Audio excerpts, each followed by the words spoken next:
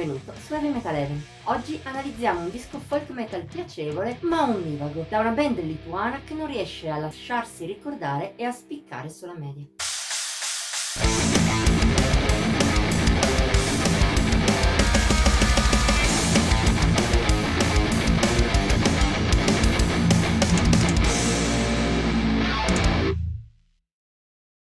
Fino a qualche anno fa, per me, la Lituania era soltanto il paese del basket. Da quando lavoro per Heavy Metal Heaven, però, ho scoperto che nel paese baltico c'è anche una scena metal piccola ma abbastanza vivace, specie per quanto riguarda il folk metal.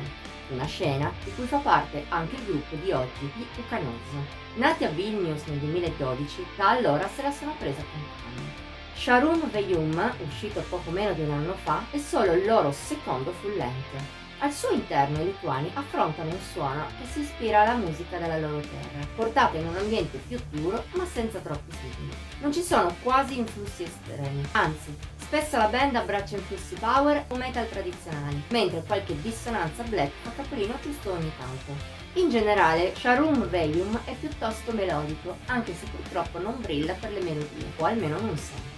Il principale difetto della musica degli Ukanos è infatti quello di essere piuttosto ondivana. Nel disco ci sono ottimi pezzi, ma anche altri nebulosi, colpa di un'ispirazione che lungo tutta la scaletta ha dei picchi in positivo, ma anche pezzi che non si lasciano ricordare o che rasentano persino la noia. Tra le varie, una delle ragioni sta anche nel comparto vocale non sempre eccelso. Le voci di Jakubas Greidaitis e Greta Grazzuliete, e in particolare quest'ultima, a volte sono monocorde, come in una nenia. Non so se sia una caratteristica tipica della musica folk lituana, ma in generale non l'ho apprezzata granché, specie in una canzone come Ten Uz Mario che porta avanti questo cantato fin troppo.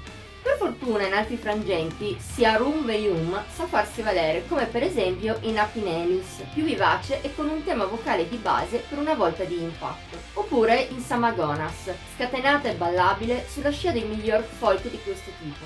Si può citare al massimo anche Plesis Keliai, che con la sua preoccupazione e una buona varietà chiude il disco in maniera valida. Ma sono solo 3 pezzi in una scaletta che per il resto non si lascia ricordare più di tanto, anche nei pezzi che meno risentono dei difetti già citati, e con musica che in generale non sembra studiata al meglio.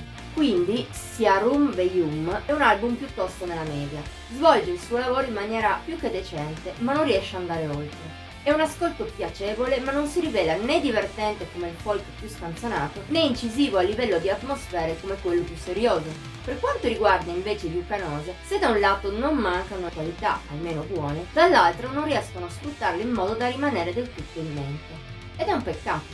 Se in futuro potremo seguire ancora la loro carriera, speriamo di risentirli in una forma migliore, più focalizzati e ricordabili.